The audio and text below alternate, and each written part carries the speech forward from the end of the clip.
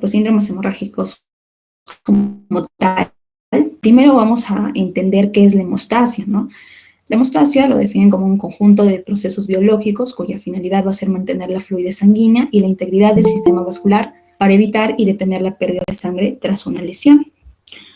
Ahora bien, como vemos aquí, va a iniciarse mediante el daño vascular, el cual va a provocar la exposición de colágeno, pues, ¿no?, del endotelio.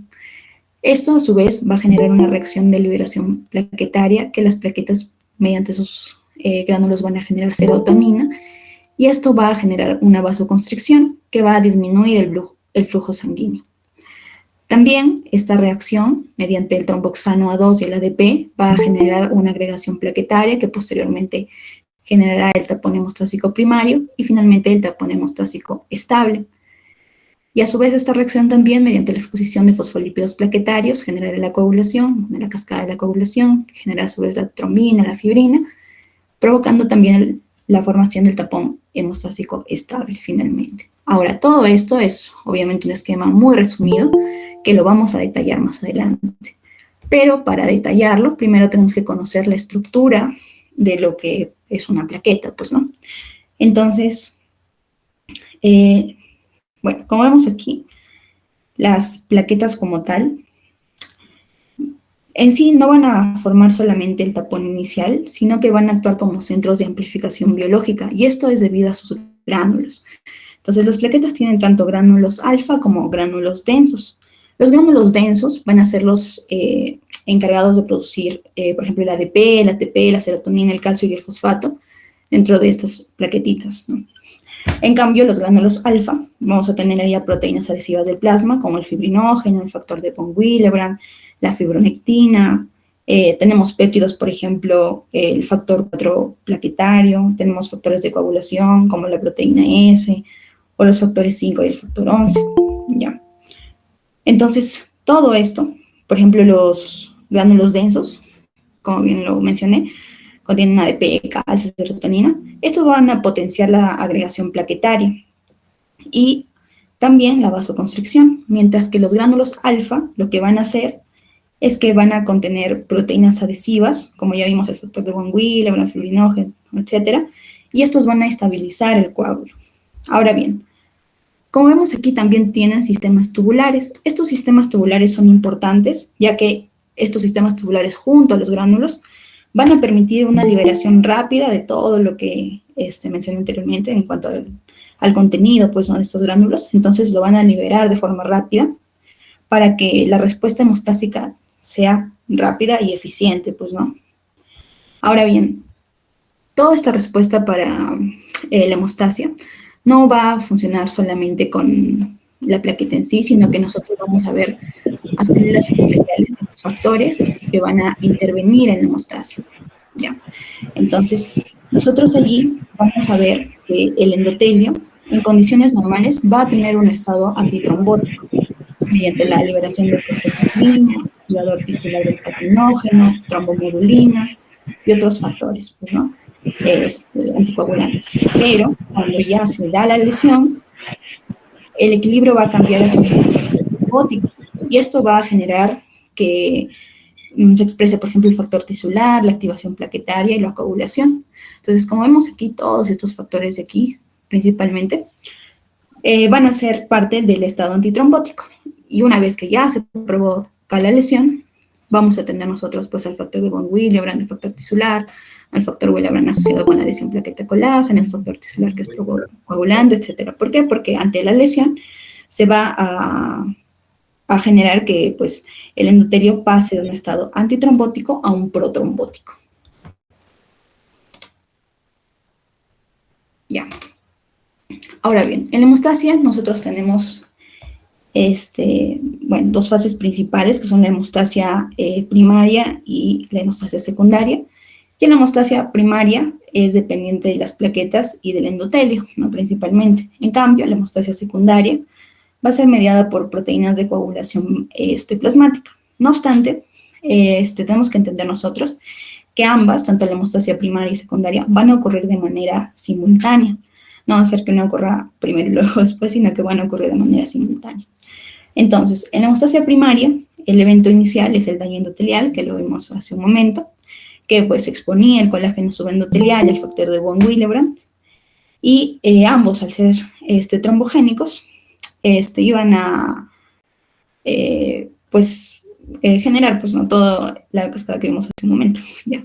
No obstante, recordemos que el endotelio posee propiedades antitrombóticas, pero cuando ya se lesiona, entonces se cambiaba a una protrombótica, ya favoreciendo tanto la lesión plaquetaria y la activación de la coagulación. Ahora bien, la hemostasia primaria va a iniciar inmediatamente tras la lesión vascular. Y todo eso se va a iniciar con el daño del endotelio, que exponía el colágeno subendotelial. Y es allí en donde aparece un factor clave, que es el factor de von Willebrand, que es una glucoproteína pues, sintetizada por las células endoteliales, ¿no? Como lo vimos hace un momento, y también por los megacariocitos. Ahora, este factor va a cumplir una función como un puente molecular. ¿Y por qué? Porque este factor va a unirse, por un lado, al colágeno que está expuesto, y por otro lado, va a unirse al factor plaquetario, que es la glucoproteína 1B, que va a permitir que las plaquetas que normalmente circulan sin adherirse, ahora sí se puedan adherir al sitio de la lesión. Y luego de esta adhesión inicial, lo que va a suceder es que, bueno, los gránulos densos en sí van a liberar el ADP, el ATP, calcio, serotonina, y estos van a incrementar la agregación plaquetaria y la vasoconstricción. Y por otro lado, los gránulos alfa que liberaban fibrinógeno, factor de von Willebrand, fibronectina y factores de coagulación, van a participar ya en la reparación tisular. Además de esto, recordemos que participaba el tromboxano 2. Entonces, allí es donde inicia el proceso de activación de la síntesis del tromboxano 2, ¿no? A partir del ácido araquidónico. Y esto lo que va a hacer es amplificar la respuesta plaquetaria y va a reclutar nuevas plaquetas al sitio de lesión. Y finalmente la agregación plaquetaria va a ocurrir mediante el receptor G2B3A, y va a permitir la unión del fibrinógeno entre las plaquetas adyacentes, formando ya el tapón hemostásico primario. Ya. Listo. Ahora, el factor de von Willebrand no solamente va a participar en la hemostasia primaria, sino que también va a tener va a transportar y también va a proteger al factor 8. Y esto, el factor de von Willebrand lo que va a hacer es que va a evitar la degradación del factor 8.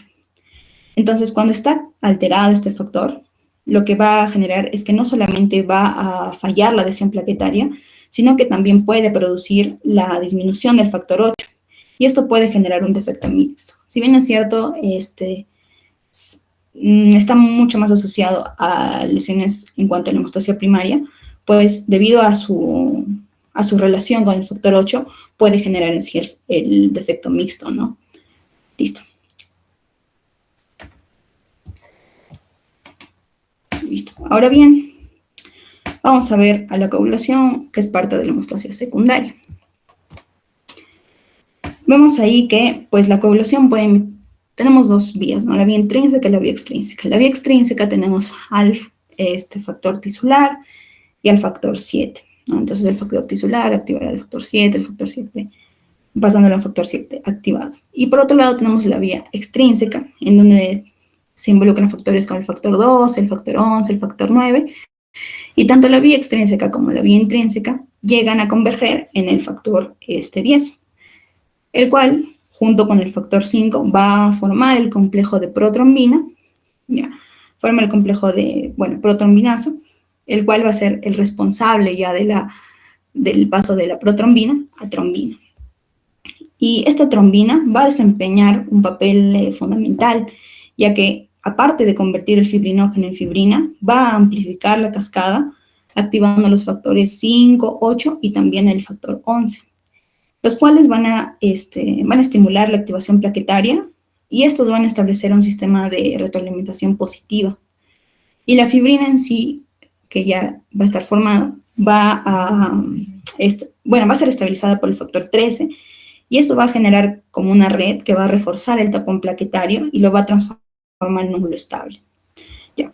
No obstante, la hemostasia en sí no es un sistema únicamente procoagulante, pues no, porque existen mecanismos reguladores. ¿Ya? Entonces, aquí, ya. Entonces, ahí, por ejemplo, estos mecanismos reguladores lo que van a hacer es que van a limitar la extensión del coágulo. Y ahí, por ejemplo, tenemos el sistema de la proteína C. Entonces, la proteína C va, bueno, este sistema va a estar activado por la trombina unido a la trombomodulina y va a inactivar a los factores 5 y al factor 8. Y el inhibidor de la vía del factor tisular va a bloquear la activación inicial de la coagulación y la antitrombina, y esto va a inhibir múltiples factores, incluyendo la trombina y el factor 10 activado. Y bueno, y finalmente el sistema fibrinolítico lo que va a permitir es la resolución del coágulo mediante la conversión del plasminógeno en plasmina. Y este proceso va a darse por la activación tisular del plasminógeno. Entonces, la plasmina va a degradar la fibrina en productos solubles, restaurando en sí ya la permeabilidad vascular. Y un aspecto adicional relevante en sí va a ser el papel de la vitamina K. ¿Por qué? Porque esta vitamina va a ser necesaria para la carboxilación de los residuos de ácidos glutámicos de los factores 2, 7, 9 y 10. Y esto va a permitir su unión al calcio y a las superficies fosfolipídicas para que posteriormente ya puedan tener su actividad coagulante, pues no. Ya. Listo. Entonces, aquí vamos a ver las pruebas de laboratorio y los factores de coagulación, los cuales nos van a permitir correlacionar en sí la fisiopatología con la clínica. Entonces, en primer lugar, bueno, es importante reconocer los valores normales, ¿no?, de los tiempos de coagulación. Por ejemplo, el recuento plaquetario normal, que está de 150 a 450.000. Y esto es esencial, por ejemplo, para la hemostasia primaria, el tiempo de sangría, que bueno, aunque actualmente no están utilizados, evalúa la función plaquetaria y la integridad vascular, el tiempo de la protrombina, que evalúa la vía extrínseca de la coagulación, principalmente el factor 7, además de la vía común. Tenemos, por ejemplo, el tiempo de tromboplastina parcial activado, que evalúa la vía intrínseca, teniendo los factores 8, 9, 11 y 12, ¿no?, como lo vimos hace un momento. Y bueno, todas estas diferencias son esenciales en sí. ¿Por qué? Porque nos va a permitir localizar el defecto dentro de la cascada de coagulación solamente conociendo estos tiempos, pues, ¿no? Por aquí, por ejemplo, también tenemos el fibrinógeno, que como vimos, el fibrinógeno pues es el sustrato final para la formación de fibrina, y cuando se disminuye, por ejemplo, en un CID se puede ver disminuido, luego lo vamos a ver el por qué. Tenemos, por ejemplo, la degradación de la fibrina, el dímero D, que lo que van a reflejar es la activación del sistema fibrinolítico, por ejemplo, en estados de trombosis o en estados de consumo. Ya.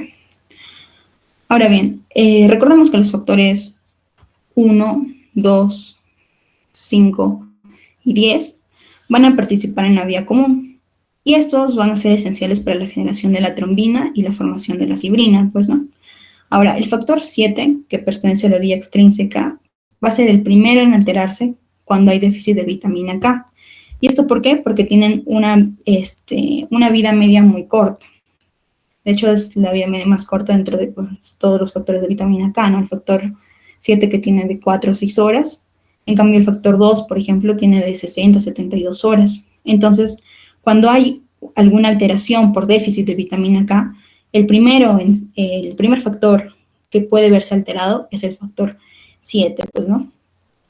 Por otro lado, tenemos los factores 8, 9, los factores 11 y 12, que ya forman parte de la vía intrínseca, y la alteración en sí se va a asociar con una prolongación del TTPA, como ocurre, por ejemplo, en la hemofilia, ¿ya? Luego vamos a ver fisiopatológicamente todas estas enfermedades que estoy mencionando. Entonces, listo. Ya, conociendo, digamos, la principal fisiología de la hemostasia y tal, podemos ver la clasificación de los síndromes hemorrágicos. Entonces, están los trastornos vasculares, los trastornos de la hemostasia primaria, los trastornos de la hemostasia secundaria y los trastornos mixtos. En los trastornos vasculares tenemos la alteración de la pared vascular, que hay integridad capilar disminuida, y ahí tenemos, por ejemplo, la vasculitis, la púrpura senil, el escorbuto. En los trastornos de hemostasia primaria está relacionado con las plaquetas, el factor de von Willebrand, donde tenemos la trombocitopenia, disfunción plaquetaria y el déficit, ¿no?, de este factor. En los trastornos de hemostasia secundaria tenemos a los factores de coagulación, como pueden ser un déficit congénito como la hemofilia o adquirido como la vitamina K o hepatopatía. Y los trastornos mixtos van a afectar múltiples componentes, como por ejemplo el CID y la hepatopatía avanzada. Asimismo, también dentro de los trastornos mixtos podemos abarcar también el factor de von Willebrand, dependiendo también de en qué fase esté. Igualmente esto lo vamos a detallar más adelante. Ya, listo. Ahora, dentro de los trastornos vasculares, nosotros vamos a encontrar al escorbuto, que el escorbuto en sí es una consecuencia, pues, del déficit de vitamina C, ¿no?, el cual se va a observar típicamente en contextos de malnutrición, alcoholismo crónico, dietas restrictivas, o en población anciana que, pues, ha tenido una ingesta inadecuada de esta vitamina. Entonces, vamos a ver fisiopatológicamente cómo se provoca la enfermedad. Ahora, recordemos que el papel de la vitamina, es importante la vitamina C porque tiene un papel en la síntesis del colágeno. Y esta vitamina actúa como un cofactor en la hidroxilación de los residuos de prolina y lisina durante la formación tanto de colágeno tipo 1 como de colágeno tipo 3. Entonces, cuando hay déficit de vitamina C, disminuye justamente la actividad de prolina y lisina hidroxilasas, disminuye la hidroxilación de la prolina y glicina y generará la formación de colágeno inmaduro estable, que esto disminuye la síntesis y el mantenimiento del tejido conectivo. ¿Y qué va a provocar esto? Debilitamiento de la pared de los vasos sanguíneos, por lo tanto aumento de la fragilidad capilar y permeabilidad, provocando también, pues, hemorragias, ¿no? La alteración de otros tejidos conectivos, la disminución de la cicatrización y disfunción inmunológica. ¿Ya? Entonces, ¿cómo se va a manifestar este déficit de vitamina C? Pues con petequias, con equimosis espontáneas, con la mala cicatrización, con encías edematosas, gingivorragia. Y pueden haber otros signos como dolor articular y muscular, justamente porque hay alteración de otros tejidos. Ahora, ¿cómo vamos a ver el laboratorio? Bueno, en primer lugar, el hemograma, las plaquetas y los tiempos de sangría, protombina, TTPA y fibrinógeno van a estar normal y simplemente va a estar disminuido la vitamina C plasmática. ¿Por qué todo está normal? Porque recordemos que estamos en trastornos vasculares, ¿ya?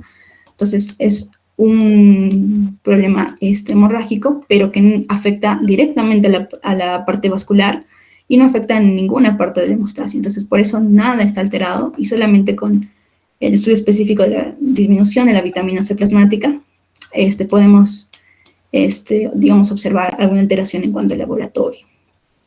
Listo. Luego tenemos la púrpura senil. La púrpura senil es un ejemplo de sangrado secundario de alteraciones estructurales adquiridas de la pared vascular y, bueno, está asociado al envejecimiento, pues, ¿no?, y al daño crónico inducido por la radiación ultravioleta. Entonces, se va a observar, pues, en adultos mayores y especialmente en aquellos que han tenido una exposición solar prolongada a lo largo de la vida. Y esta exposición lo que ha generado es fotoenvejecimiento cutáneo, pues, ¿no? Entonces, justamente para conocer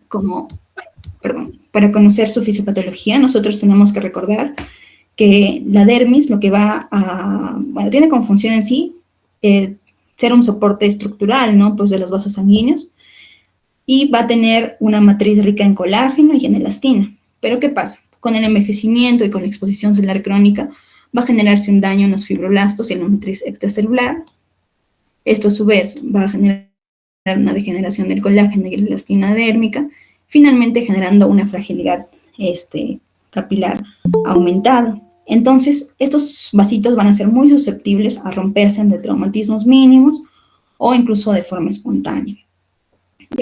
Y a diferencia de otros trastornos hemorrágicos, igualmente como estamos hablando de un trastorno vascular, no va a haber ninguna alteración en cuanto a la hemostasia primaria ni secundaria, sino que pues es una falla estructural, pues, ¿no?, de la integridad vascular. Ahora bien, estos traumatismos que se van a generar van a provocar la extravasación de eritrocitos en dermis y tejido subcutáneo, generando equimosis o púrpura senil, ¿no?, como es llamado. Entonces, ¿cómo lo vamos a ver? Vamos a ver nosotros equimosis con bordes irregulares, de colores violáceos, azul o marrón, y esto es importante, su evolución. La evolución de 1 a 3 semanas va a ser el cambio de color. Va a ir de rojo a violáceo, verde, amarillo, y finalmente desaparece. Ahora, ¿cómo vamos a ver nosotros en el laboratorio esta patología, ¿no? Entonces, en laboratorio, como les dije anteriormente, todo va a estar normal, porque en realidad el problema es vascular, ¿ya? El problema es vascular. ¿Listo? Y bueno, el diagnóstico en sí, se va a hacer sobre todo basado en la edad, en la historia de exposición solar y el aspecto típico de estas lesiones, pues, ¿no? Listo. Luego tenemos la vasculitis. Bueno, la vasculitis es en sí el modelo, digamos, más complejo y más relevante de lo que serían los trastornos vasculares, ya que la vasculitis en sí no es solamente una alteración estructural pasiva, como el escorbuto o la púrpura senil, sino que la vasculitis es en sí un proceso inflamatorio, nace de un proceso inflamatorio activo, que va a comprometer la pared vascular. Bueno, etiológicamente tenemos que es inmunológica, puede ser inmunológica por infecciones, por fármacos o autoinmune, siendo pues la causa más frecuente la causa inmunológica. Y esto, bueno, esta causa inmunológica va a ser mediado por formación y por depósito de los complejos inmunes. Listo. Ahora bien, vamos a ver cómo se provoca o cómo se produce esta patología. Listo. Entonces, nosotros vamos a ver que, en primer lugar, se van a formar los complejos antígenos anticuerpo, pues, ¿no? Deforman esos complejos antígenos anticuerpo en la circulación. Y estos complejos, dependiendo de su tamaño y de su carga, pueden depositarse en la pared de los vasos sanguíneos, especialmente en la microvasculatura cutánea. Y una vez depositados ahí, van a activar el sistema del complemento. Entonces, activan el sistema del complemento y generan fragmentos como es el C3A y el C5A.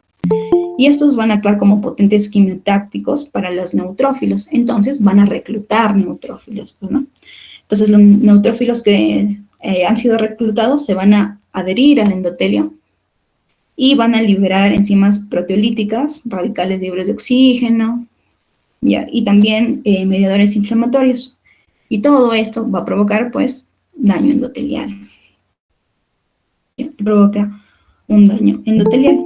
Ahora, todo este proceso conduce a lo que se le denomina vasculitis leucocitoclástica.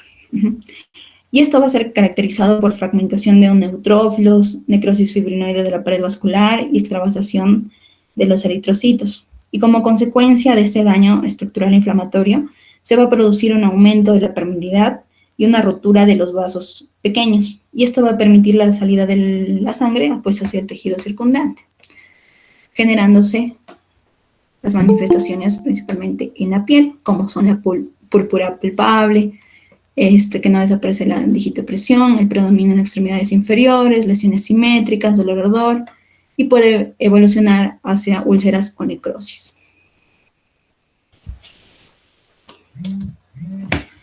Listo. Ahora, en cuanto a la vasculitis, igualmente acá no suele haber alteración de los trastornos, bueno, de la coagulación, en los tiempos de la coagulación, pues suelen ser normales. No obstante, se pueden observar marcadores de inflamación elevados, como por ejemplo la proteína C reactiva o la velocidad de sedimentación globular. Y bueno, la confirmación diagnóstica en este caso se hace mediante biopsia, la cual va a evidenciar la inflamación de la pared vascular, la necrosis fibrinoide y el depósito de inmunocomplejos. Listo. Ahora vamos a ver los trastornos de la hemostasia primaria. Ya, entonces dentro de los trastornos de la hemostasia primaria, nosotros tenemos a la enfermedad de von Willebrand. Esta representa la entidad más frecuente y al mismo tiempo es una de las más complejas desde el punto de vista fisiopatológico, ya que va a conectar directamente tanto la primaria con la secundaria, como ya lo vimos en la parte de la fisiología, ¿no?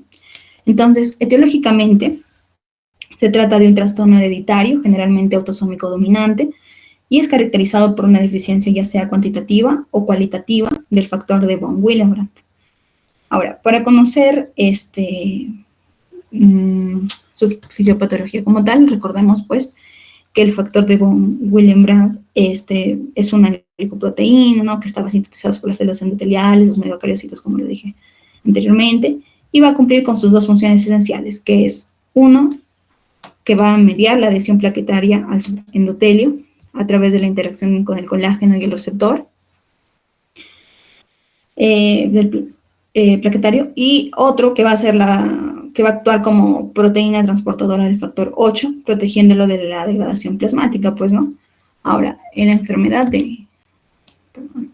de von Willebrand, nosotros vamos a ver que la alteración de esta proteína genera un doble efecto fisiopatológico. Entonces, en primer lugar, la disminución o la disfunción de este factor va a impedir la adhesión plaquetaria efectiva, especialmente en condiciones de alto flujo, como por ejemplo en la microcirculación, y esto va a comprometer la formación del tapón plaquetario inicial.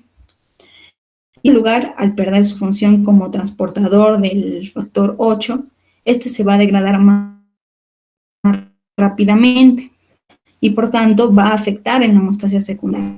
Entonces, aunque clásicamente la enfermedad de von Willebrand es un trastorno de hemostasia primaria, en realidad tiene un componente mixto y dependerá mucho de la variabilidad clínica de los pacientes. ¿Listo? Ahora, el patrón de sangrado, en este caso, es predominantemente mucocutáneo. ¿Ya? Recordemos que hay una falla en la adhesión plaquetaria, por tanto, el paciente presentará sangrado mucocutáneo como epistaxis, gingivorragia, menorragia, quimosis o petequias. En el caso de la disfunción de tapón plaquetario, ¿no?, va a provocar en el paciente sangrado inmediato o precoz tras lesión o cirugía. Y el caso de la disminución del factor 8 genera pues sangrado más profundo, ¿no?, como en articulaciones o en músculos. Listo, entonces ahí vemos, por ejemplo, epistaxis, la gingivorragia, ¿no? Tenemos aquí las petequias, ¿ya? Y esto pues es lo más frecuente. Y como les dije, cuando es más grave, va a depender del paciente, cuando ya avanzó mucho la enfermedad y es más grave, y hay una disminución del factor 8, vaya a presentar hemartrosis, hematomas musculares y sangrado profundo. Ahora bien, en cuanto a los hallazgos de laboratorio, nosotros vamos a ver que va a estar alterado, pues obviamente el factor de von Willebrand va a estar disminuido, ¿ya? Disminuye también su actividad, que esto se mide mediante la ristocetina, listo, disminuye también. El factor 8 puede estar normal o disminuido, como ya lo vimos, el tiempo de la protrombina normal, y el tiempo de la tromboplastina parcial activada puede estar normal o aumentado. Listo. Luego vamos a ver defectos tanto de adhesión como de agregación plaquetaria. Entonces, ahí nosotros vamos a ver a la enfermedad de Bernard-Soulier y la de Glanzmann. Ahora bien, por entender la diferencia, debemos de recordar, ¿no?, la fisiología de la hemostasia primaria. Entonces, recordemos que el proceso en sí se iniciaba con la adhesión plaquetaria mediante la interacción entre el colágeno subendotelial, el factor de von Willebrand, el receptor plaquetario, y ya luego iba a ocurrir la activación plaquetaria con la liberación de mediadores, y ya finalmente la agregación con el receptor de glucoproteína 2B3A y también el fibrinógeno. Entonces, recordando eso, nosotros vamos a ver a la enfermedad de Bernard-Soulier, que es el defecto de adhesión, ¿ya? Entonces, el defecto en este síndrome, en realidad, perdón, va a ser el receptor GP1B, pues, ¿no? El cual esto va a impedir que se dé la interacción con el factor de von Willebrand. Y por tanto, como se bloquea el primer paso de la hemostasia primaria, entonces no se va a dar la adhesión plaquetaria. Y, por tanto, la plaqueta pues no va a poder fijarse al subendotelio y en condiciones de alto flujo, como vimos en la microvasculatura, por ejemplo, donde el factor de Guillain-Barré es esencial allí, tampoco va a poder fijarlo debido a que no está, bueno, digamos que hay más bien un defecto en el receptor de glucoproteína 1B. Ya, entonces aquí, perdón, aquí está. El síndrome de Vernon-Soulier, que está el defecto de adhesión, ahí está el defecto molecular, hay mutaciones en los genes, ¿no? Principalmente puede ser la glucoproteína 1BA, 1BB o el GP9. Esto va a provocar la ausencia o disfunción del receptor de GP1B, que genera la incapacidad de unirse al factor de von Willebrand y por tanto no va a generarse la adhesión plaquetaria. Entonces, como no se genera la adhesión plaquetaria, va a haber un sangrado inmediato tras la lesión, pues, ¿no? Ahora, ¿cómo va a ser el laboratorio en este síndrome? Entonces, el laboratorio aquí vamos a ver que el recuento plaquetario va a estar disminuido normal, el tamaño plaquetario va a estar aumentado, va a ser normal, van a encontrarse macroplaquetas, el tiempo de sangría está aumentado, la eritrocitina va a estar disminuida o ausente, o el ADP, el colágeno y la adrenalina va a estar normal, y en la microscopía electrónica va a haber plaquetas gigantes, justamente microplaquetas. Y bueno, en la citometría de flujo va a haber ausencia o disminución, ¿no?, de la glucoproteína 1B. ¿Listo? Ahora, en cuanto a los estudios específicos del Vernon-Soulier, tenemos a la citometría de flujo, donde vamos a ver la disminución o ausencia de la glicoproteína 1B, que es justamente lo que provoca, ¿no?, este síndrome. Listo. Por otro lado, tenemos el defecto de agregación. El defecto de agregación es la trombostenia de Glasgow. Aquí también hay un defecto molecular donde hay una mutación en los genes que van a modificar o mutar la glucoproteína 2B3A. Entonces recordemos que si hay una deficiencia, una disfunción de este receptor, hay una incapacidad de unirse al fibrinógeno. Por tanto, la adhesión inicial va a ocurrir, pero lo que no va a ocurrir es la agregación plaquetaria. Entonces, como no ocurre la agregación, igualmente, pues no, va a generarse un sangrado persistente. ¿Y cómo vamos a encontrar el laboratorio en el caso de este defecto de agregación? Vamos a ver que aumenta el tiempo de sangría. Aquí no vamos a encontrar macroplaquetas, sino que van a estar normal las plaquetas, y en cuanto a la citrometría, igual va a estar en ausencia o disminución, pero en este caso, obviamente, la glucoproteína 2B3A.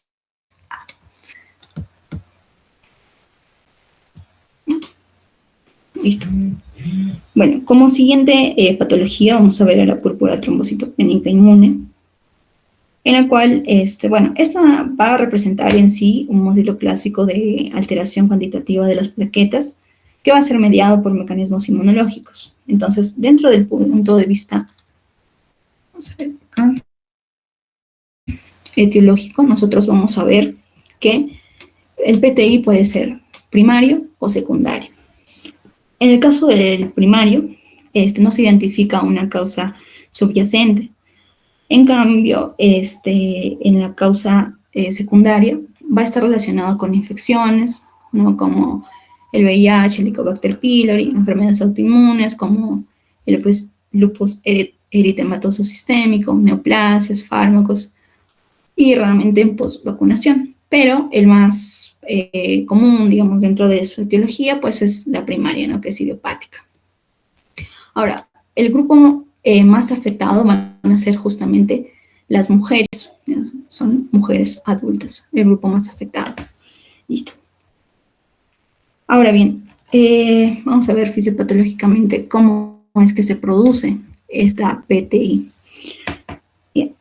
Recordemos que en este caso, el mecanismo principal fisiopatológico va a ser la producción de autoanticuerpos, ¿ya?, generalmente del tipo de inmunoglobulina G. Estos van a ser dirigidos contra las glicoproteínas de membrana. Por ejemplo, bueno, principalmente en sí va a ser el GP1B y el GP2B3A, ¿no? Como ya lo vimos. Y esos anticuerpos lo que van a hacer es que van a ozonizar las plaquetas, las van a marcar para su destrucción en el sistema retículo endotelial y especialmente en el vaso, ¿no? Donde los macrófagos van a reconocer estos complejos a través de los receptores FCI, los cuales van a fagocitar las plaquetas. Ahora bien, además del aumento de la destrucción periférica, nosotros vamos a ver que va a existir una alteración en la producción plaquetaria.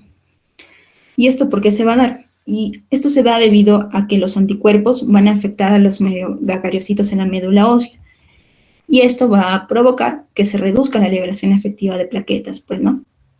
Entonces, el resultado final, debido a estos dos mecanismos, va a ser una trombocitopenia, generando a su vez un defecto en la formación del tapón plaquetario inicial, pues, ¿no? Listo. Ahora bien, vamos a ver aquí. Entonces, tras la disminución de la plaqueta, nosotros tenemos que hay una incapacidad para formar el tapón plaquetario y esto va a provocar un sangrado mucocutáneo. ¿Ya? Entonces, las características justamente de sangrado que va a tener en el PTI el paciente es un sangrado mucocutáneo con petequias, equimosis, epistaxis, gingivorragia, menorragia.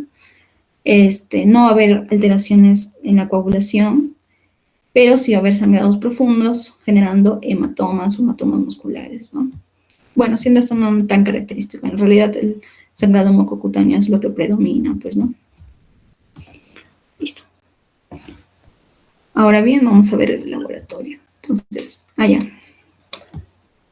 Aquí vemos algunas imágenes, ¿no? De la epistaxis, gingivorragia, las petequias.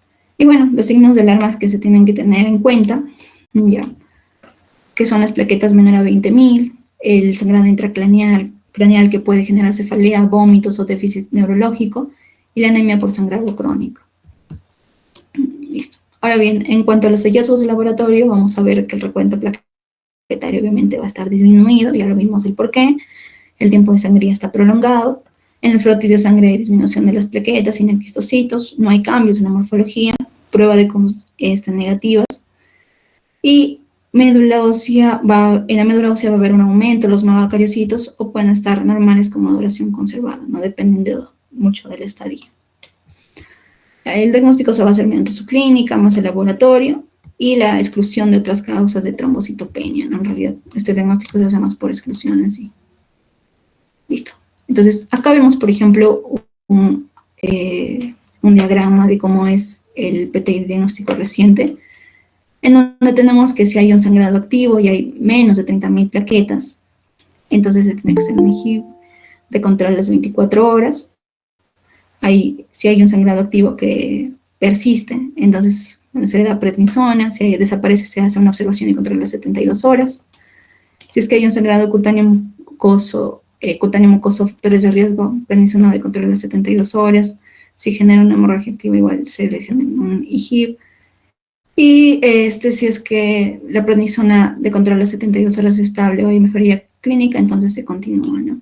Ahora, si es sangrado cutáneo exclusivo, se mantiene una observación, ya que podría ser otra patología, ¿no? Recordemos que el PTI se da, sobre todo su diagnóstico por exclusión. ¿Ya? Listo, trastornos de la hemostasia secundaria. Ya. Vamos a ver primero un diagrama, un algoritmo así de cómo se da el diagnóstico de los trastornos de la hemostasia secundaria. Entonces tenemos que si hay un aumento del TTPA, nosotros podemos pensar en alguna hemofilia, ¿no? Si es que no hay aumento del TTPA, podemos ver un inhibidor específico, podemos ver si es que hay algún anticoagulante, circulante o hay heparina. Si es que hay aumento del tiempo de protrombina, entonces puede ser un déficit del factor 7. Si hay un aumento del TT, puede ser por heparina, alteración de fibrinógeno y habrá aumento del dímero D. Y si es que hay un aumento de todos estos, puede ser por déficit de vitamina K, hepatopatía, 11ID, puede ser un déficit del factor 2, 5, 9 y del fibrinógeno. Entonces, conociendo este algoritmo, que está un poco simple, vamos a ver nosotros las principales enfermedades no asociadas a los trastornos de la hemostasia secundaria, dentro de los cuales nosotros tenemos a las hemofilias. Tenemos la hemofilia A y la hemofilia B. Entonces, en primer lugar, la hemofilia A es en sí el modelo clásico, ¿no?, de la alteración de la cascada de la coagulación, y nos va a permitir comprender cómo un defecto en específico en un factor puede comprometer de manera tan crítica la estabilidad del coágulo, ¿no? Entonces, etiológicamente, la hemofilia A es un trastorno hereditario ligado al cromosoma X y está causado por una deficiencia del factor 8. Y esto va a explicar, pues, su predominio en varones, ¿no?, mientras que las mujeres solo suelen ser portadoras. Ahora, para conocer la fisiopatología, nosotros tenemos que recordar, ya que el factor 8 dentro de la cascada de la coagulación actúa como cofactor del 9, ¿ya?, en la formación del complejo tenasa. Y esto es fundamental para la activación del factor 10. Ahora bien, la activación del factor 10 conduce a la formación del complejo protrombinasa, y este complejo va a generar después la trombina, pues, ¿no? Ahora bien, la trombina, que es la enzima central de la coagulación, tiene, además de su capacidad de convertir el fibrinógeno en fibrina, también tiene capacidad de amplificación de la cascada mediante la activación de múltiples factores. Ahora, en la hemofilia A, debido a que hay una deficiencia del factor 8, se interrumpe la formación del complejo tenasa. ¿Y esto qué va a provocar? Pues obviamente que se reduzca la generación de trombina. Y como consecuencia, la formación de la fibrina va a ser insuficiente y el coágulo va a ser inestable, ¿ya? El coágulo va a ser inestable. Y bueno, es esto también lo que explica el por qué, a diferencia de, por ejemplo, los trastornos de hemostasia primaria, el sangrado aquí no es inmediato, ¿ya? Entonces, ¿por qué? Porque inicialmente el tapón plaquetario se va a formar Ay, un momento, por favor.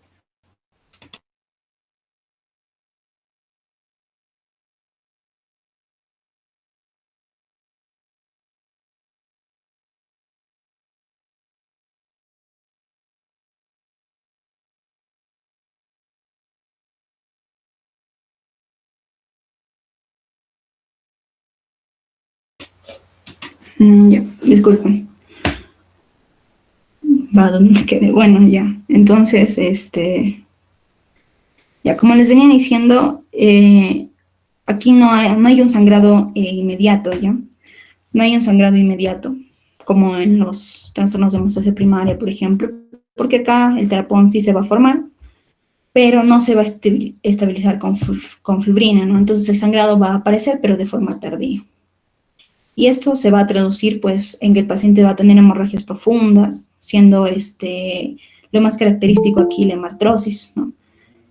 Y la hemartrosis se va a dar principalmente en articulaciones como las rodillas, los tobillos, los codos, que son articulaciones de carga, ¿ya? También es frecuente aquí los hematomas musculares y el sangrado prolongado tras traumatismos o procedimientos quirúrgicos.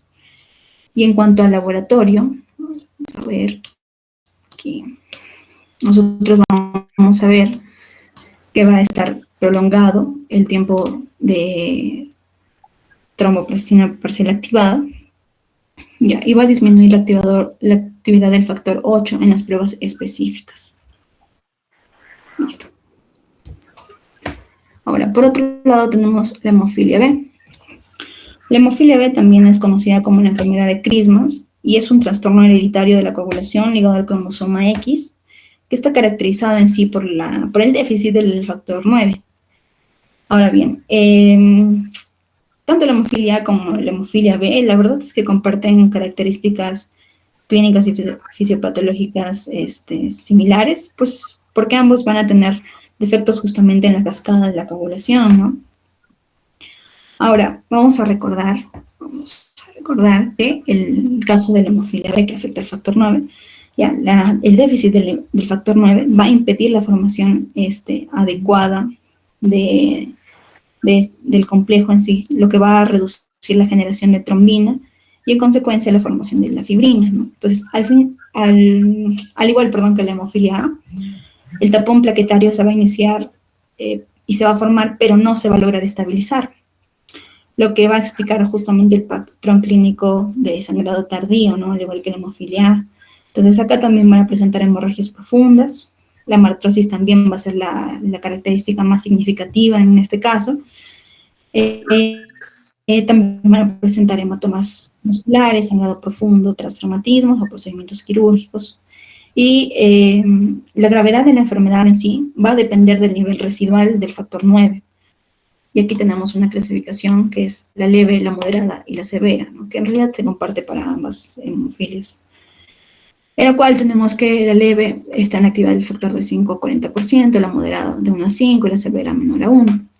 Y bueno, la clínica de la leve va a ser sangrado con trauma o en cirugía mayor, la moderada sangrado espontáneo ocasional y la severa ya es sangrado espontáneo frecuente.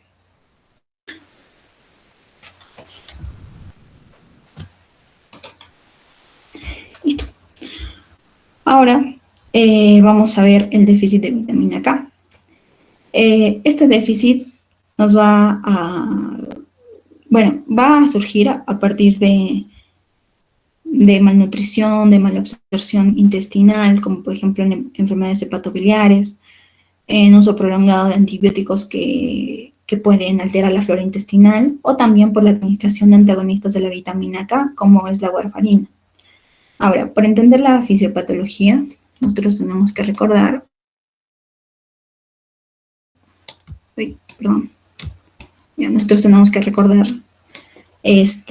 cómo funciona la vitamina K normalmente, ¿no? Entonces, recordemos que la vitamina K actúa como un cofactor en la carboxilación de los residuos de ácidos glutámicos y esto va a participar, digamos, en los factores de coagulación del 2, del 7, el 9 y el 10, así como las proteínas anticoagulantes C y S.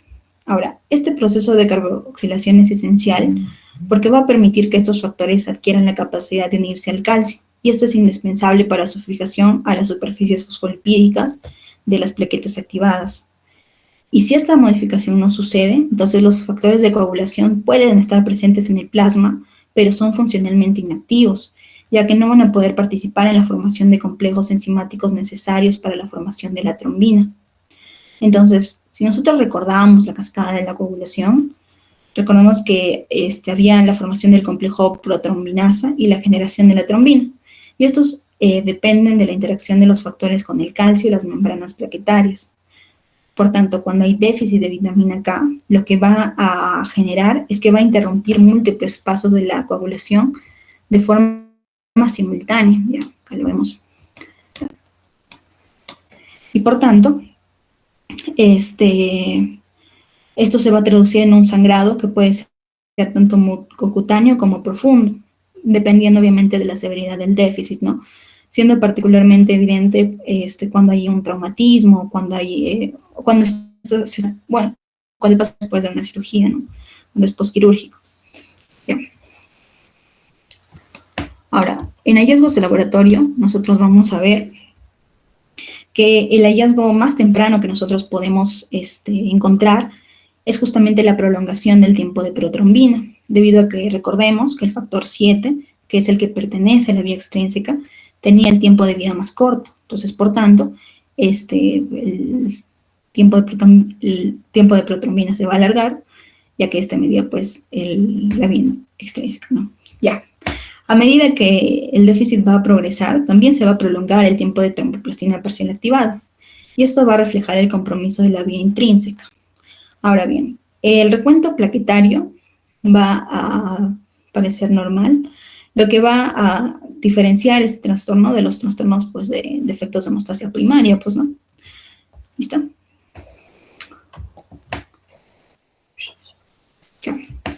Ahora bien, la hepatopatía también va a ser un escenario bastante complejo, ya que en realidad no es una alteración aislada, sino que va a ser como un desequilibrio total, digamos, del sistema hemostásico, ¿ya? Entonces, recordemos que el hígado desempeña un papel central en la regulación de la coagulación, porque actúa tanto en la síntesis de los factores procoagulantes como de los anticoagulantes, así también como en la modulación del sistema fibrinolítico. Entonces, ¿dónde vamos a encontrar bueno, etiológicamente, ¿dónde vamos a encontrar esas alteraciones? Pues en cirrosis, en hepatopatía crónica y en insuficiencia hepática. Ahora bien, para conocer la fisiopatología, vamos a tener que analizar, pues, múltiples mecanismos, ¿no? Miren, en primer lugar, nosotros vamos a tener que va a disminuir la síntesis de los factores procoagulantes. ¿Y esto por qué? Aquí vamos a ver que como disminuye la síntesis de los factores 2, 5, 7, 9, 10 y 11, el fibrinógeno y el factor 13, entonces hay una disminución de la generación de trombina, disminuye la formación de la fibrina y genera un coágulo débil e inestable. Por otro lado, también tenemos la disminución de la síntesis de anticoagulantes, donde disminuye la proteína C, S y la antitrombina, que va a generar un estado procoagulante. La trombocitopenia por hipertensión portal generará esplenomegalia congestiva y finalmente la disminución de las plaquetas circulantes, es decir, una plaquetopenia. La alteración del sistema fibrinolítico, donde aumenta el actividad tisular del plasminógeno, aumenta la plasmina y aumenta la degradación de la fibrina.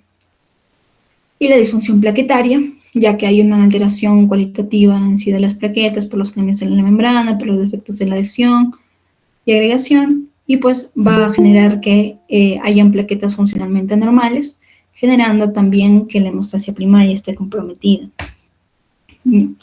Ahora, vamos a ver por acá, en cuanto al laboratorio, nosotros vamos a ver que hay una prolongación del tiempo de protrombina, y esto es debido pues a la afectación de la vía extrínseca, ¿no? Así como la prolongación del TTPA en las fases más avanzadas. Ahora, el recuento plaquetario suele estar disminuido y los niveles de fibrinógeno pueden ser normales, bajos o incluso elevados dependiendo del estado inflamatorio. Asimismo, es importante saber que en sí las pruebas de coagulación convencionales no reflejan completamente el equilibrio hemostásico en estos pacientes, ya que no evalúan adecuadamente los mecanismos anticoagulantes. Entonces, como tal, la hepatopatía no debe de verse simplemente como un estado hemorrágico, sino como una alteración compleja, pues, ¿no?, del sistema hemostásico. ¿Por qué? Porque están existiendo tanto las fuerzas procoagulantes como las anticoagulantes en constante interacción, provocando ya las hemorragias. Listo. Ahora vamos a ver las anemias hemolíticas microangiopáticas, anemia hemolítica microangiopática, los cuales son un grupo en sí de entidades características por la presencia de hemólisis mecánica, trombocitopenia y la formación de microtrombos en la circulación. No obstante, aunque comparten esas características, es fundamental diferenciarlas, ya que la fisiopatología, el pronóstico y el manejo van a ser distintos en estos casos. Entonces, en primer lugar tenemos el CID o la coagulación intravascular diseminada.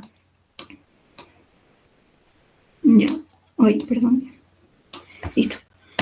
Aquí nosotros, el CID como tal en sí va a constituir el único trastorno de todos estos que en esencia es un verdadero síndrome hemorrágico, ¿ya? Entonces, el mecanismo fisiopatológico se basa en sí en la activación masiva y sistémica de la cascada de la coagulación. Entonces, generalmente va a ser desencadenado por condiciones como sepsis, como infecciones graves como trauma, neoplasias o complicaciones obstétricas. Y este estímulo lo que va a provocar es una producción excesiva de trombina, ya genera una producción excesiva de trombina, lo cual va a llevar a la formación difusa de fibrina y de microtrombos en la microcirculación. Y es debido a esto que se va a generar un consumo acelerado de las plaquetas y los factores de coagulación que están acompañados de activación secundaria de la fibrinólisis.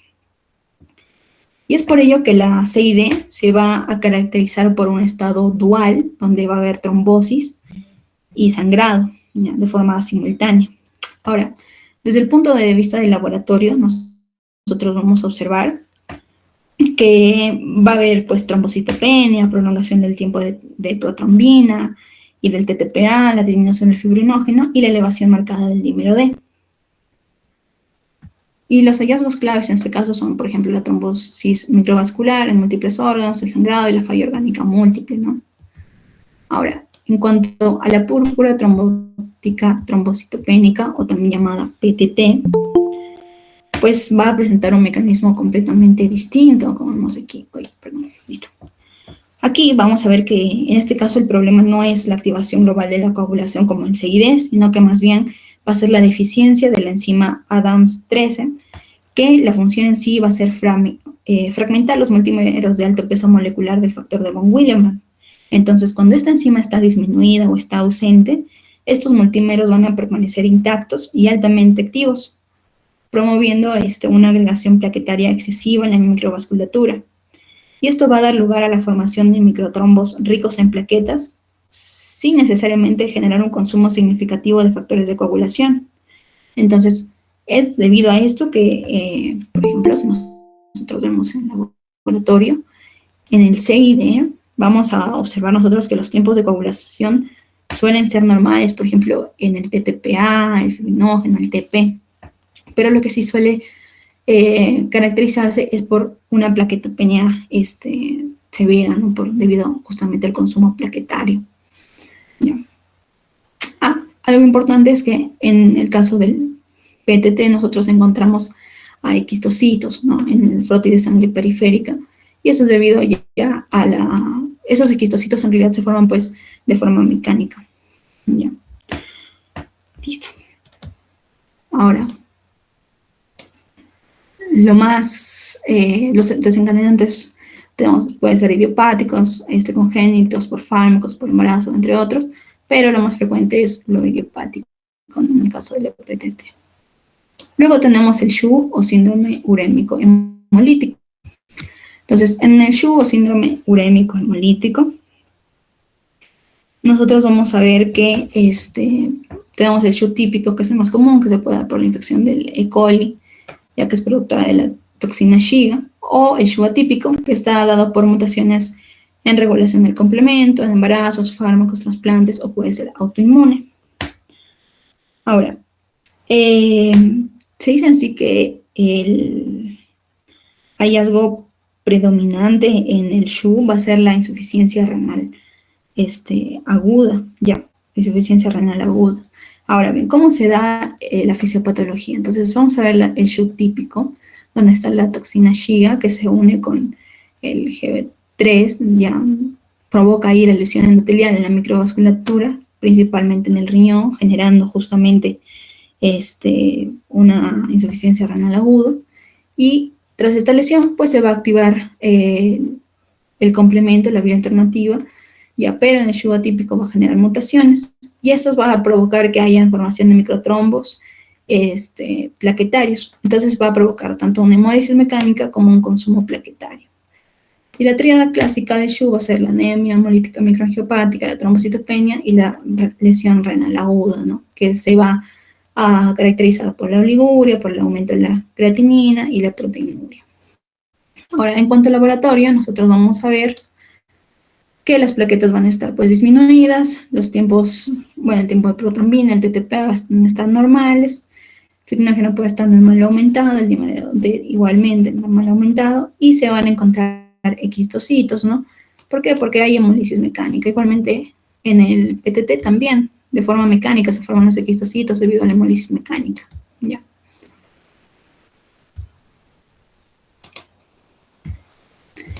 Listo. Aquí vemos, por ejemplo, características que se pueden encontrar principalmente, o las principales características de cada uno, donde vemos, por ejemplo, el CID y el PTT y en el SHU van a tener equistocitos, pero son predominantes tanto en el PTT como en el SHU, ¿no? Ahora, en el CID nosotros tenemos que va a haber aumento del PTT, disminución del fibrinógeno.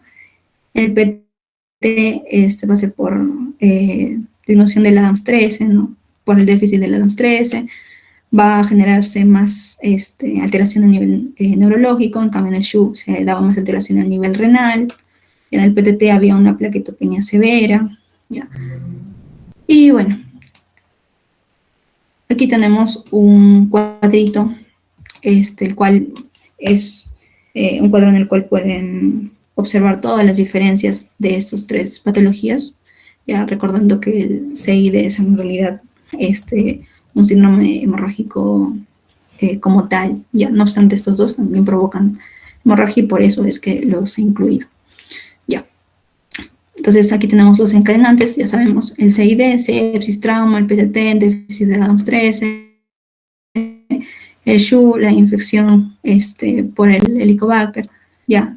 Tenemos ahí a la pentada, aquí el CID no está presente, en el PTT la fiebre, la anemia, la trombocitopenia. En el SHU, bueno, solo hay la triada clásica que lo vimos anteriormente. Ya en las plaquetas, esa idea, hay una plaquetopenia de PTT también, el SHU igualmente. ¿Ya? En cuanto al fibrinógeno, solamente disminuye en el CID. Los equistocitos están presentes en los tres, pero en el SHU y en el PTT están en mucho más porcentaje. ¿Ya? Y el desencadenante aquí ya lo vimos, pues no, la sepsis, el déficit y la infección. Bueno, pasó. Ya. Listo. Ay, bien. Ahora bien, ya conociendo todos los mecanismos fisiopatológicos, vamos a ver que es fundamental ver todo ese enfoque clínico de manera sistemática, ¿no? Entonces vamos a ver aquí un algoritmo, ya, el cual, como ven, va a representar el proceso de razonamiento que vamos a tener frente a un paciente pues con hemorragia. Entonces el primer paso va a ser ver si es que hay una causa evidente, por ejemplo, un traumatismo o el uso de algún medicamento, ¿no? Que sea anticoagulante o antiagregante, que puede pues alterar la hemostasia de forma secundaria. Entonces primero tenemos que ver que esto no esté presente. Posteriormente se van a solicitar pruebas básicas de laboratorio que incluyen, por ejemplo, hemograma, el tiempo de protrombina, el tiempo de tromboplastina parcial activada y, bueno, en algunos casos, pruebas de función hepática, ¿no? Una vez que ya tenemos estos resultados, nosotros vamos a ver que vamos a evaluar el recuento plaquetario. ¿Ya? Si el paciente presenta una trombocitopenia, entonces debemos orientarnos hacia trastornos de hemostasia primaria, especialmente de origen cuantitativo, como por ejemplo el PTI o procesos más complejos como microangiopatías trombóticas, por ejemplo. En cambio, si el recuento es normal, entonces nosotros vamos a dirigirnos ya a evaluar los tiempos de coagulación, ¿no? Por ejemplo, si es que hay una alteración en el tiempo de protrombina o en el TTPA. Por ejemplo, si es que el tiempo de protrombina es normal, pero el TTPA está prolongado, entonces nosotros vamos a pensar en un defecto de la vía intrínseca, ¿no? Por ejemplo, una hemofilia o en ciertos casos una enfermedad de von Willebrand, perdón. Por otro lado, si es que sucede lo contrario, si es que el TTPA está prolongado, entonces podemos pensar en alteraciones de vía extrínseca, por ejemplo, en el déficit de vitamina K, ¿no? Son unas de las causas más frecuentes en esta alteración de vía extrínseca. Ahora, cuando ambos tiempos están alterados, entonces puede ser un problema más global, ¿no? Como un trastorno, como una hepatopatía o coagulación intravascular diseminada. Ya recordemos que cuando ya la hepatopatía es crónica se va a dar este trastorno mixto, ¿ya?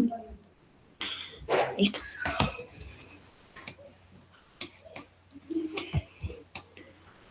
Luego vamos a ver la correlación de las manifestaciones clínicas y los distintos factores de coagulación.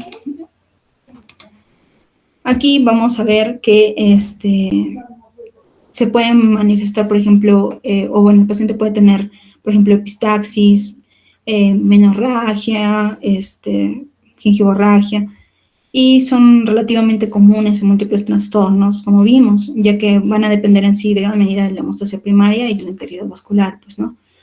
No obstante, cuando analizamos sangrados más profundos, como por ejemplo hematomas musculares, hemartrosis, esos se van a asociar ya principalmente a deficiencias de factores de coagulación, como por ejemplo en la hemofilia.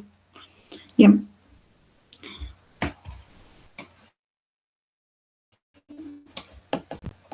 Listo. Aquí. Ya. Aquí también vamos a ver una interpretación en sí de las alteraciones que puede presentar en los tiempos de coagulación, y bueno, integrándolo ya pues con cuáles son las causas principales, ¿no? Por ejemplo, cuando existe un problema plaquetario, entonces tenemos que tener en cuenta el tiempo de sangrado, si está prolongado, y el recuento plaquetario. Entonces, podemos pensar nosotros en una enfermedad de von Willebrand, en trastornos funcionales plaquetarios, cuando hay una deficiencia de un factor de coagulación, como el TP alterado, el TTPA, o ambos, entonces podemos pensar en alteraciones de los factores de coagulación, ya siendo, por ejemplo, el 7, los factores dependientes de vitamina K, entre otros. En las deficiencias de múltiples factores, bueno, que son los mixtos, no podemos pensar en unas hepatopatías que estén avanzadas en deficiencias de vitamina K o en antagonistas de vitamina K, en anticoagulantes circulantes. Tenemos el TTP alterado, donde podemos ver anticuerpos contra el factor 8 o 9, ya, la coagulopatía por consumo, por ejemplo, en el CID, la sepsis, el SHU, el PTT y la hepatopatía. Y finalmente, vemos aquí un cuadro que resume todo lo que acabamos de ver en cuanto a la clínica, en cuanto a los tiempos de coagulación, principalmente el tiempo de protrombina, y el tiempo de tromboplastina parcial activado, las plaquetas, el diagnóstico probable y ejemplos, ¿no? Eso es, por ejemplo, si nosotros vemos un sangrado mucocutáneo que tiene plaquetas normales, el TP normal, el TTP anormal o elevado, y está asociado con una disfunción plaquetaria, y el paciente presenta todos los síntomas, por ejemplo, gingivorragia, petequias, ¿no? Nosotros podemos pensar en una enfermedad de von Willebrand, ¿no?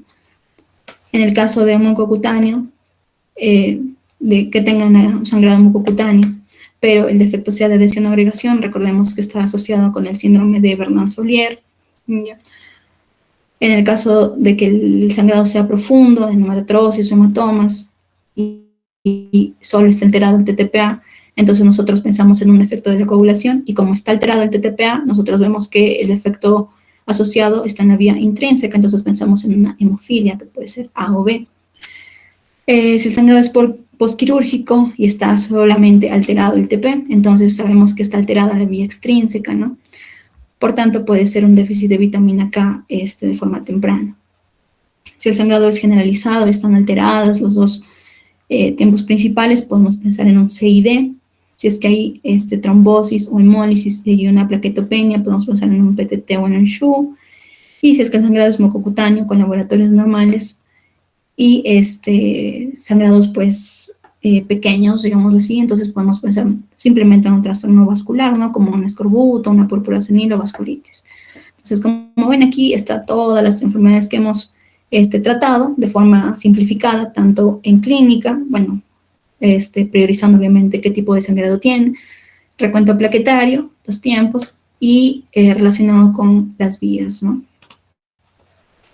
Ya, entonces vamos a responder el caso clínico inicial, ¿no? Recordándoles que era un varón de 22 años, estudiante, tenía sangrado mucocutáneo recurrente, tenía epistaxis frecuente, gingivorragia espontánea, cepillado, aparición de petequias, equimosis con traumatismos mínimos, niega hemartrosis, hematomas musculares profundos, sangrado tardío postquirúrgico. Entonces, como ya lo vimos, todos esta hemartrosis, hematomas musculares profundos, sangrado tardío postquirúrgico, pues tenía que ver con hemostasia secundaria principalmente, ¿no? Cuando había una alteración principalmente de hemostasia secundaria.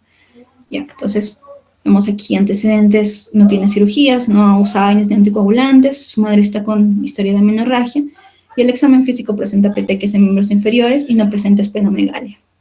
Ya, entonces, analizando todo y analizando el laboratorio, que en realidad esto es simplemente relacionado ya con la patología, no es que este es el laboratorio como tal, pero por ejemplo vemos aquí que tiene que haber un aumento del tiempo de sangría, el tiempo de protrombina, el tiempo de tromboplastina parcial activada puede ser normal o levemente aumentada, ya, el factor 8 normal levemente disminuido, y acá es importante la ristocitina, que es el cofactor del de von Willebrand, está disminuido.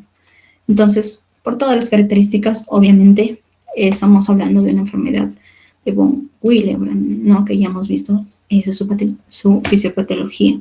Entonces, si nosotros vamos a este cuadrito, también está fácil de saber. Entonces, nos dicen que principalmente el sangrado del paciente es mucocutáneo, descartamos todo el resto y nos quedamos simplemente con 3 opciones. Ahora, dice mucocutáneo con laboratorios normales, ya, y escorbuto, púrpura senil, vasculitis.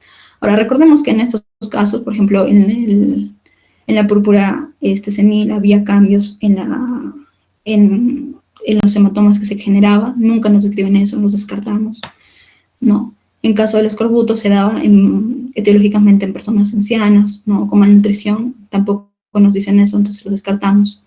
La vasculitis se da en estado inflamatorio, tampoco nos mencionan eso, entonces descartamos esto, nos quedamos solamente con estos dos.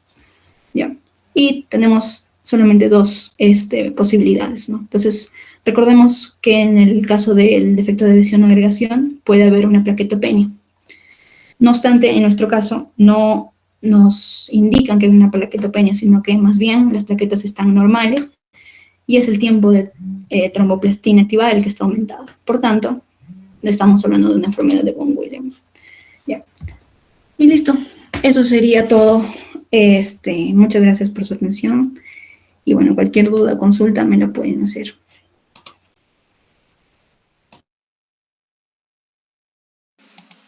Bien, chicos, ¿habrá alguna duda o alguna consulta con respecto al tema desarrollado por Joyce?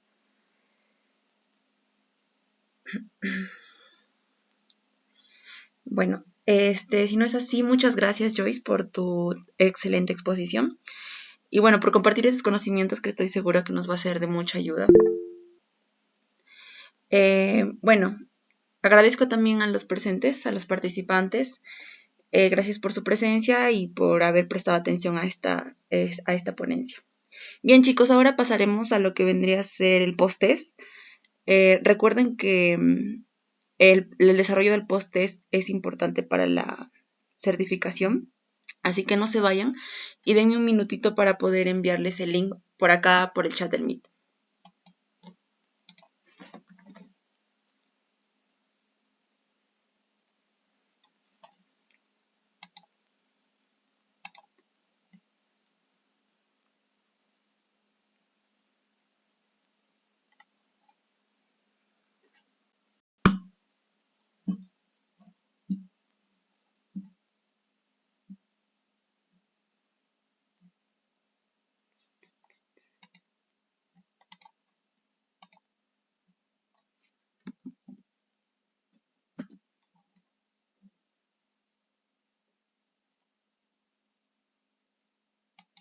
Chicos, acabo de enviar el link por el chat del Meet. Vayan uniéndose, por favor.